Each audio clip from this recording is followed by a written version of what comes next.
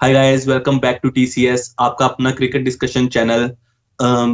आज तक जो मुझे लग रहा था कि विराट कोहली जो है वो इंडिया के अनडिस्प्यूटेड रेड बॉल कैप्टन है, और आज जो है अनडिस्प्यूटेड कैप्टन के साथ ही सबसे बड़ा डिस्प्यूट हो गया है। मेरे साथ है सुशीत सूद। करते हैं आज की discussion. Hi Sushit, welcome to the channel. Hello Akash. Hello दोस्तों, कैसे हो आप सब? तो आकाश का आप क्या कहेंगे इस बारे में? आपको कैसा लगा ये शॉकिंग स्टेटमेंट विराट की तरफ से? अ, जैसे कि सुचित आपने बता ही दिया कि ये शॉकिंग था मुझे। मैं जब शाम के 7 बजे चाय वगैरह पी रहा था और मैं वैसे ही ट्विटर चला रहा था।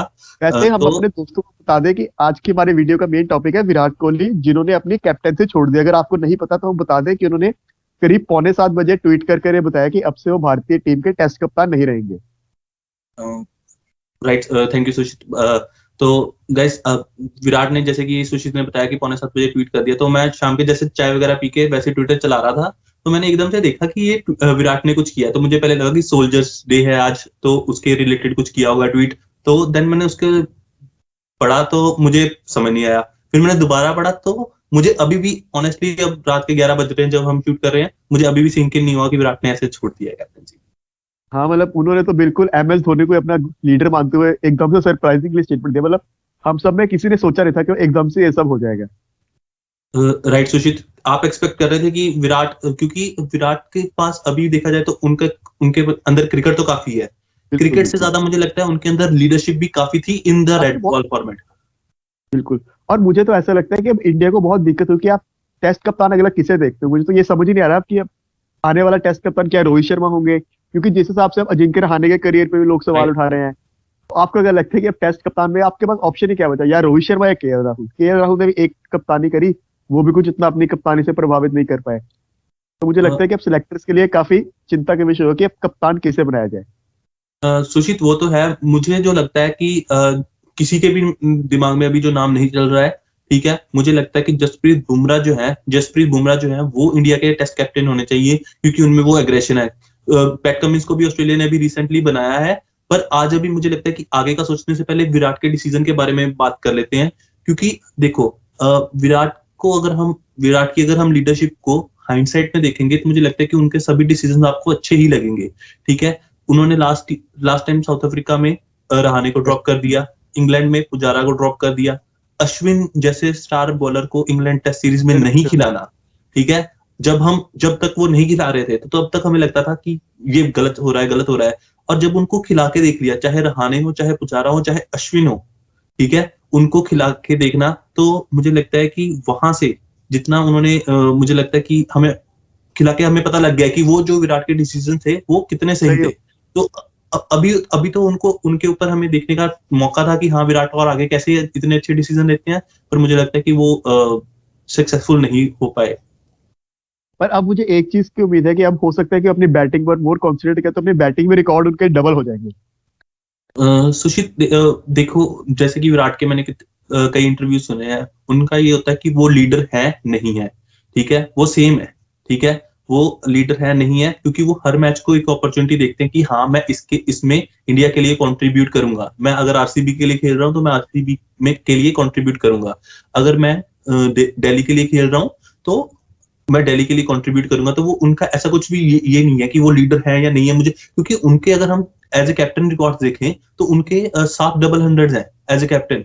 वो क्योंकि दुनिया में सबसे ज्यादा है। दुनिया में सबसे ज्यादा है। बिल्कुल, दुनिया में मैं सबसे आपसे वही ज्यादा है। बात करने वाला दुनिया में सबसे ज्यादा है। 54.68 की उनकी एवरेज है। उन्होंने पांच ऑलमोस्ट 6,000 रन, मतलब 5800 कुछ रन बनाए हैं। हूं ऐसे almost test captain. 6,000 run as captain, as test captain बनाने हैं। और वो ये भी नहीं कि एक इनिंग्स में बनाए और उसके बाद 10 इनिंग्स बाद बनाए, वो बनाते ही चले गए।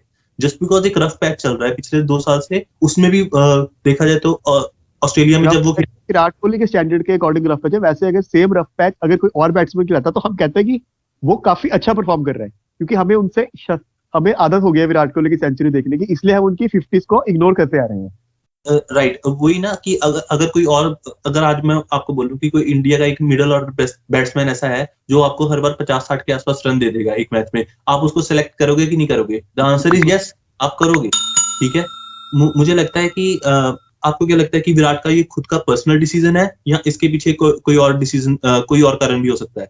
देखो ये तो हम सभी जानते हैं, आप भी जानते हो, मैं भी जानता हूँ, ऑफ कोर्स मुझे लगता है हमारे दर्शक भी जानते होंगे कि उनका पर्सनल डिसीजन तो किसी एंगल से नहीं लगता कुछ। अंदर की बात तो देखो, अंदर की बात ना मैं जानता हूँ ना आप जानते हो, बट कुछ ना कुछ तो हुआ ही है जो हम नहीं जानते, इसीलिए उन्होंने इतना बड़ा स्टेप लिया है। आपको लगता है कि बीसीसीआई के साथ जो उनका लास्ट सीरीज से पहले जो चल रहा था उसका भी वो भी एक मेन कारण हो सकता है? मुझे लगता है कि शायद वही कारण है। सुशीत, जो चंद्रेश नारायणन है, एक सीनियर जर्नलिस्ट है, तो उनके मैं ब्लॉग्स पढ़ता भी रहता हूँ न्यूज में, और यहाँ उनका यूट्यूब चैनल। उन्होंने 1 महीने पहले क्लेम किया था कि अगर विराट जो है साउथ अफ्रीका में सीरीज नहीं जीतते हैं तो उनसे तब भी सवाल पूछे जाएंगे। तो मुझे लगा यार ये चीज हो नहीं सकती, क्योंकि हम 1991 से वहां पे जा रहे हैं, ठीक है, 1991 से वहां पे जा रहे हैं, ठीक है, हम आज तक नहीं सीरीज जीते, ठीक है, 2018 में इंडिया का बहुत अच्छा चांस था, ठीक है, इस बार ये भी वाला इंडिया का बहुत अच्छा चांस था, पर हम दोनों बार में नहीं सक्सेसफुल हो पाए। तो मुझे नहीं लगता कि इंडिया का कुछ नुकसान हुआ है, क्योंकि मुझे लगता है कि हाँ, इंडिया को अब ये पता लग गया कि कौन कौन से टफ डिसीजन हैं जो ले लेने चाहिए, ठीक है। तो मुझे नहीं लगता था कि विराट से टेस्ट में कोई भी कम से कम आने वाले 2 साल में, जब तक मुझे मान लो कोई बुरा ट्रेंड ना आ जाए या कैसे, तो उनको कोई पूछ सकता है, ठीक है। ये आपको उन्होंने नहीं तो ये कभी नहीं लगता था, मुझे भी ऐसे ही लगता था कि मतलब मुझे लगता था कि इंडिया के पास, मुझे तो ऐसा लगता था कि इंडिया के पास टेस्ट क्रिकेट में विराट के अलावा कप्तान के रूप में और कोई चॉइस ही नहीं है। क्योंकि देखो ना, अजिंक्य रहाणे अब को करियर पे वैसे ही सवाल उठ रहे, तो उनके अलावा और कोई चॉइस नहीं है। केएल राहुल को भी अब कप्तान, रोहित शर्मा मुझे नहीं लगता, रोहित शर्मा एक ऑप्शन है, बट पता नहीं वो टेस्ट क्रिकेट में कितना, क्योंकि व्हाइट बॉल में तो वो अच्छे कप्तान है ही, हम सबने देखा है, पर टेस्ट क्रिकेट में पता नहीं वो क्या कर पाते हैं अभी कप्तानी में। सुशील, वही बात है ना कि देखो टेस्ट में इंडिया के टेस्ट कैप्टन के जो दोनों प्रोबेबल्स लग रहे हैं, रोहित शर्मा और केएल राहुल, दोनों को अगर मैं 6 महीने पहले अगर हम ले जाएं इंग्लैंड सीरीज, अभी 6 महीने भी नहीं हुए, अगस्त में हम खेल के आए हैं वहां पे, हम हमें अभी 6 महीने भी नहीं हुए हैं, ठीक है। तो अगर हम आज से 6 महीने पहले जिनकी इंडियन टीम में जगह नहीं टेस्ट में पक्की बन रही थी, वो अब इंडिया के लीडर्स बनने के लिए सबसे ज्यादा प्रोबेबल्स है। तो टाइम इतना ज्यादा बदल चुका है, तो इंडियन क्रिकेट में मुझे लगता है कि कुछ भी प्रेडिक्ट करना, तो वो बहुत चीज बहुत मुश्किल है। ज्यादा गलत हो रही है। और अब जैसा कि आपने कहा कि जसप्रीत बुमराह कप्तान हो सकता है, वो कप्तान भी बन जाए कुछ कोई बड़ी बात, क्योंकि अगर ऑस्ट्रेलियन बोर्ड पैट कमिंस को कप्तान बना सकते हैं, तो इंडियन बोर्ड भी जसप्रीत बुमराह को कप्तान बना सकते हैं। और मुझे लगता है कि बनाना चाहिए, क्योंकि उनमें वो लीडरशिप क्वालिटी दिखती है। और उसके अलावा मुझे लगता है कि इंडिया जो है हमेशा अपनी बॉलिंग की वजह से ही व्हाइट बॉल में नहीं कर पाती, ठीक है, और बिल्कुल। टेस्ट में हम कर पा रहे हैं। तो अगर टेस्ट में अगर बॉलर बनेगा तो इंडिया अपनी जो डोमिनेंस है वो कंटिन्यू भी करता रहेगा। Correct correct. अ, आपको नहीं लगता कि अजिंक्य रहाणे के अलावा कोई और कैप्टन को ग्रू कर सकते थे विराट, या उनको टाइम ही नहीं मिला? क्योंकि आज से अगर हम इससे पिछली सीरीज में चले जाएं, जब न्यूजीलैंड इंडिया में आया था, तो तब अजिंक्य रहाणे कैप्टन थे। ये पहली ही सीरीज थी यहाँ जहां पे उनको कैप्टनसी वाइस कैप्टन से हटाया गया। तो आपको नहीं लगता कि ये विराट की फेलियर है, या ये टीम इंडिया के सेलेक्टर्स का फेलियर है, अगर इंडिया मुझे के ऐसा पास आज कैप्टन नहीं है? मुझे ऐसा लगता है कहीं ना कहीं इसमें विराट को तो अब दोष नहीं दे सकते ना कि इंडिया के पास अच्छा कैप्टन नहीं है। ये मुझे लगता है कि टीम के सिलेक्टर्स का ही फेल है, क्योंकि देखो ना, जब से विराट कैप्टन बने, विराट की कैप्टनसी से लेकर सिर्फ 3 ऐसे प्लेयर्स हैं जो 2014 से लेकर अब तक टीम में कंसिस्टेंट है। इसमें विराट कोहली खुद है, चेतेश्वर पुजारा है और अजिंक्य रहाणे है। इन तीनों के अलावा और कोई ऐसा प्लेयर नहीं है जो 2014 से लेकर अब तक टीम में कंसिस्टेंट खेल रहा हो। क्योंकि देखो, विकेट कीपर के रूप में हमने साहा को देखा, फिर हमने पंत को देखा, फिर हम केएस भरत को देख रहे हैं। फास्ट बॉलर्स हमारे हम चेंज हो रहे हैं। दिनेश पहले कार्तिक दिनेश कार्तिक को देखा हमने, दिनेश कार्तिक रहे, और बीच में पार्थी पटेल भी वापस आए थे जब वो वापस आए। सीनियर बन गए थे। तो हम ओपनर्स की बात करें, तो जब विराट ने कैप्टनसी शुरू की, तो मुरली विजय आपको याद होगा कि एक टाइम पे हमारे नंबर 1 ओपनर थे। फिर हम मुरली विजय से लेकर अब शुभमन गिल तक आ गए हैं, तो हमारे ओपनर्स भी बहुत सारे चेंज हुए। गौतम गंभीर, बीच में गौतम गंभीर की वापसी हुई, मुरली विजय आए, फिर उसके बाद शिखर धवन काफी टाइम तक हमारे ओपनर रहे, केएल राहुल, रोहित शर्मा रहे। तो मिडिल ऑर्डर में भी हमारे काफी चेंजेस है। कभी हम हनुमा विहारी की तरफ देखते हैं, फिर कभी हम श्रेयस अय्यर की तरफ बीच में आए। तो विराट कोहली के पास players as a test team में इतनी कंसिस्टेंसी नहीं थी कि वो किसी एक प्लेयर को ग्रूम कर पाए। सिर्फ 2 प्लेयर थे उनके पास जिन्हें वो ग्रूम कर सकते थे, और उन्होंने किया भी, अजिंक्य रहाणे को, क्योंकि उनकी एब्सेंस में वही कप्तान होते थे। ये तो इस सीरीज और है कि उन्हें कप्तान अजिंक्य बनाया गया। अजिंक्य रहाणे ने लास्ट ईयर जब ऑस्ट्रेलिया में हम दूसरी बार जीते हैं, तो रहाणे खुद कप्तान थे और चेतेश्वर पुजारा वाइस कैप्टन थे। बाद में चाहे रोहित शर्मा को बना दिया गया, पर मुझे लगता है कि वो दोनों जो है वो उन्होंने काफी अच्छा रोल अपना भी किया था as a leader of the team. बिल्कुल। विराट मुझे लगता है कि एक बॉर्न लीडर थे, जिनके साथ अब मुझे लग रहा है कि थोड़ा सा या तो उन्होंने खुद कुछ जल्दबाजी कर ली है, या उनके साथ कुछ हुआ है, बट मुझे लग रहा है कि वो बॉर्न लीडर थे। सुशीत 2008 में वो अंडर 19 में वर्ल्ड कप मलेशिया में जीत के आए। उसके बाद उनको दिल्ली का कैप्टन बना दिया गया। आकाश चोपड़ा जैसे सीनियर प्लेयर, दिल्ली में आकाश चोपड़ा का जितना नाम था मुझे नहीं लगता उस टाइम पे किसी का था, क्योंकि वो इंडिया में probables after Virender Sehwag and Gautam Gambhir India के लिए जो खेलते सबसे ज्यादा नजर आ रहे थे वो आकाश चोपड़ा थे। तो आकाश चोपड़ा की जगह उनको कैप्टन बनाया गया। देन 2011 में उनको आरसीबी का कैप्टन बनाया गया। और उस 2000 टाइम में आरसीबी में डैनियल विटोरी जैसे बड़े प्लेयर भी थे। तो डेनिस विटोरी की जगह उनको कैप्टन बनाया गया। 2012 में जब होबार्ट में इन्होंने अपनी इनिंग्स खेली थी श्रीलंका के अगेंस्ट, तब भी इनको कैप्टन बना दिया गया था, but board president N Srinivasan ने उनको साइन करने से मना कर दिया था कि हाँ हम अभी साइन नहीं करेंगे, एमएस धोनी ही कैप्टन रहेंगे। तो तब एक तरह से देखा जाए तो तब 12 में बना दिया गया। 14 में फिर जब एमएस ने कैप्टनसी छोड़ी, मिडल में सीरीज के मिडल में टेस्ट क्रिकेट छोड़ दी, तो उसमें से कैप्टन बन के और वहां से टीम को एक नंबर 7 पोजीशन से नंबर 1 पे ले आना। और वो ये नहीं कि सिर्फ एक बार लेके आ गए, उसके बाद वो टेस्ट मैच जीते रहे। टेस्ट मैचेस जो है वो इंडिया के पास आती ही रही है।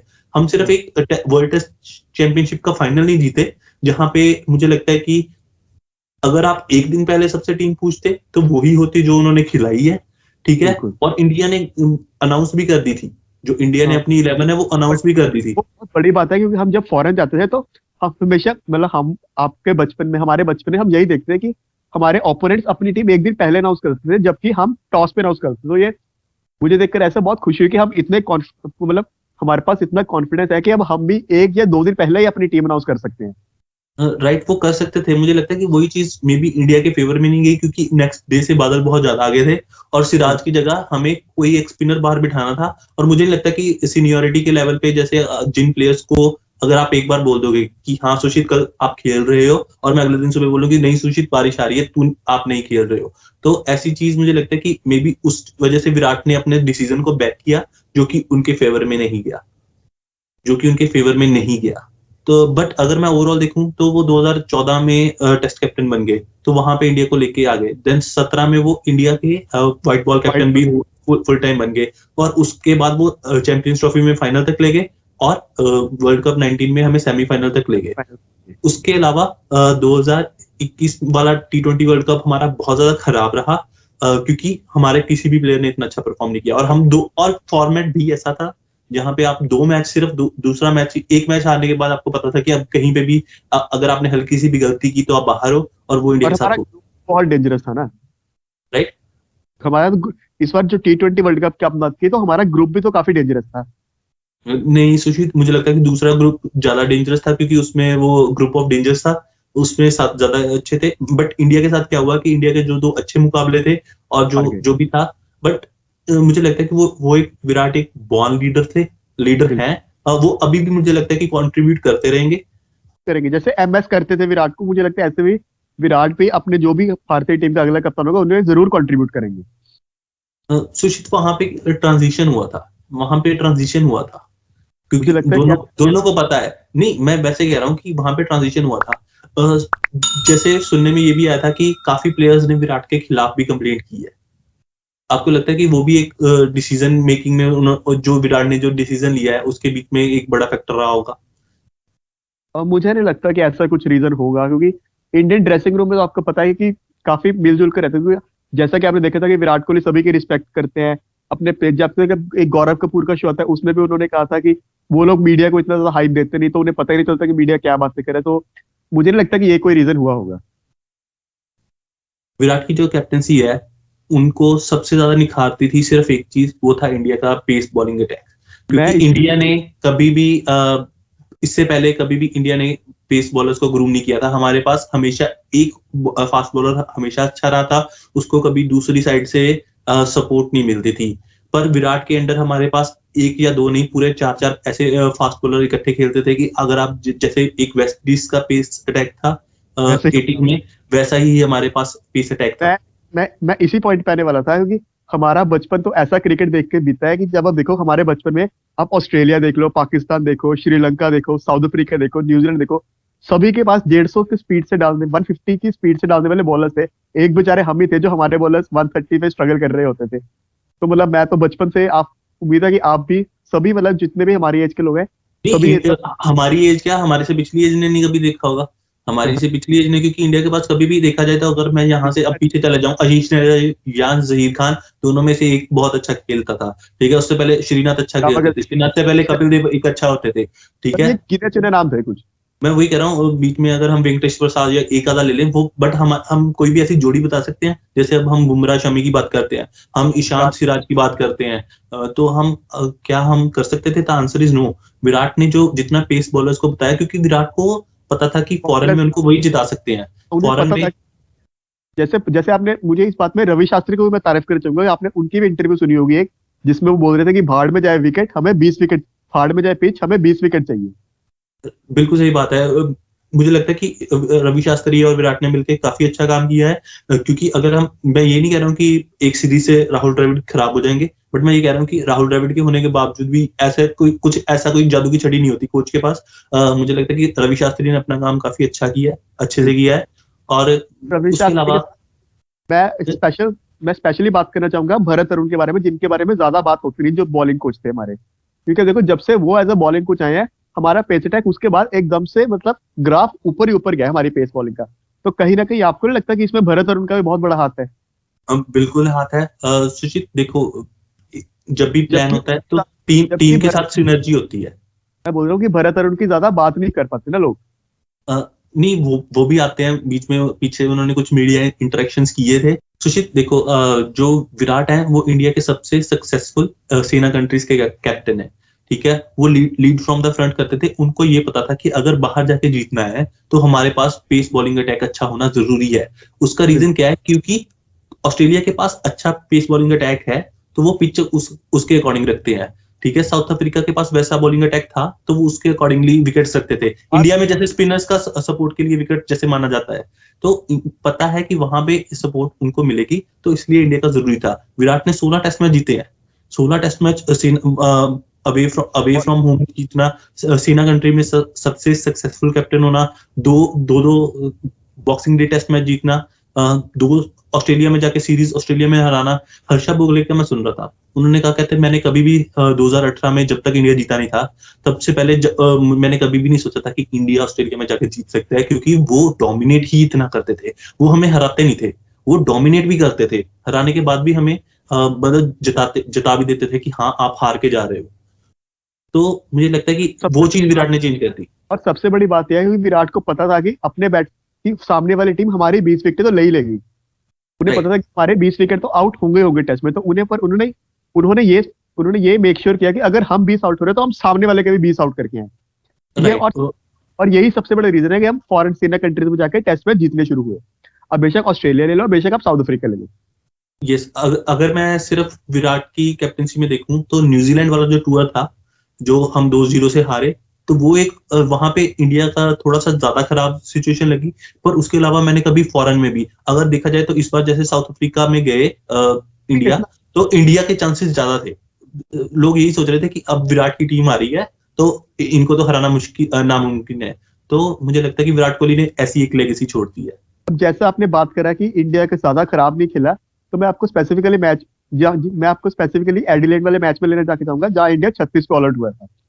अगर आप वो मैच भी देखो तो इंडिया वहां पे सिर्फ एक सेशन बुरा खेला था। अगर आप उस मैच की तरफ देखोगे तो हम पहले हर सेशन हम जीत रहे थे।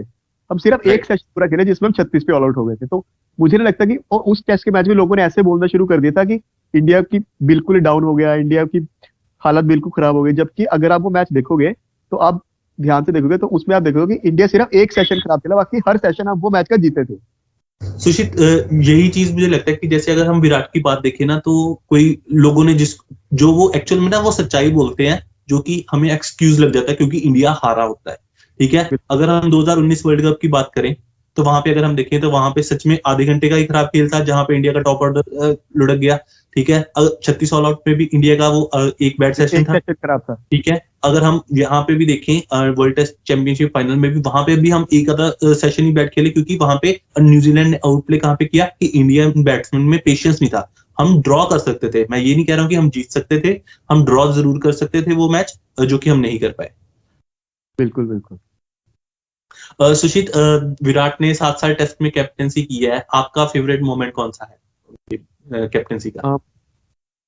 अगर हम मुझसे पूछेंगे तो मेरा फेवरेट मोमेंट था अभी इंग्लैंड में, जब हम 2-1 से सीरीज जीते। जो इंग्लैंड में जब हम लॉर्ड्स टेस्ट मैच जीते थे, एक तो वो सबसे फेवरेट मोमेंट लगा लो। तो मेरा इंग्लैंड वाला फेवरेट मोमेंट था कि जब हम 2-1 से सीरीज इंग्लैंड में आगे हुए थे।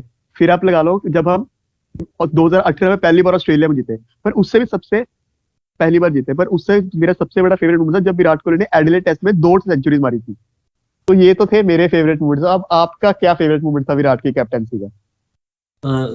सुशीत, मेरे लिए तो काफी ज्यादा मोमेंट्स रहे हैं, बट मुझे लगता है कि जो ऑस्ट्रेलिया में जब इंडिया जीता था उसको कोई नहीं बीट कर सकता, क्योंकि वो तब ऐसे था कि सुबह उठ के मैच देखना, ठीक है, वो तो जैसे छोटे होते ही होता था कि ऑस्ट्रेलिया में एक चीज टेस्ट मैच देखना। एक चीज मैं बोलूंगा, मैं बताता हूँ कि मैं जब छोटा था, मैं आप सभी अपने दर्शकों को बता दूंगा, शायद आपने भी ये सब किया होगा।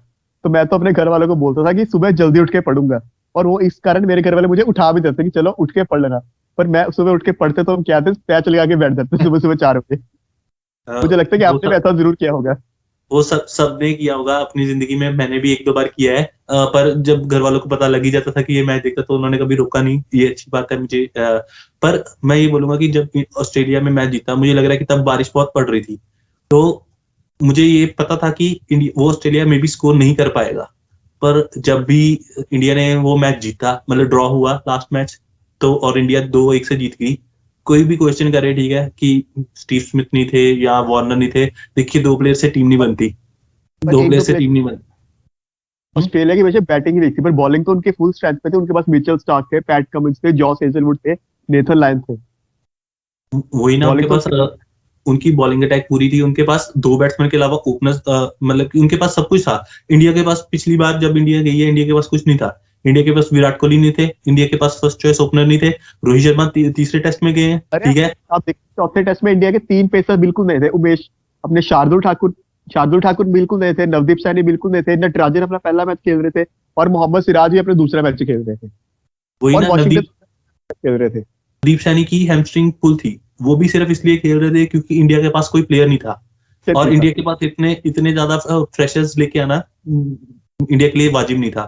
तो मुझे लगता है कि इंडिया जब 2018 में जीता था, वो सबसे इंडिया के लिए बेस्ट मोमेंट था, क्योंकि वो चीज फर्स्ट टाइम हुई थी। और अगर अगर साउथ अफ्रीका में अगर हम कल जीत जाते, तो मुझे लगता है कि ये भी वो शायद ये शायद मोमेंट वो उस ऑस्ट्रेलिया मोमेंट के बराबर का बन जाता, पर तो आज अनफॉर्चुनेटली हम नहीं हुआ। तो आज हम तो आज हम अगर ये साउथ अफ्रीका में जीत जाते, तो हो सकता है आज हम ये वीडियो कर ही ना रहे होते।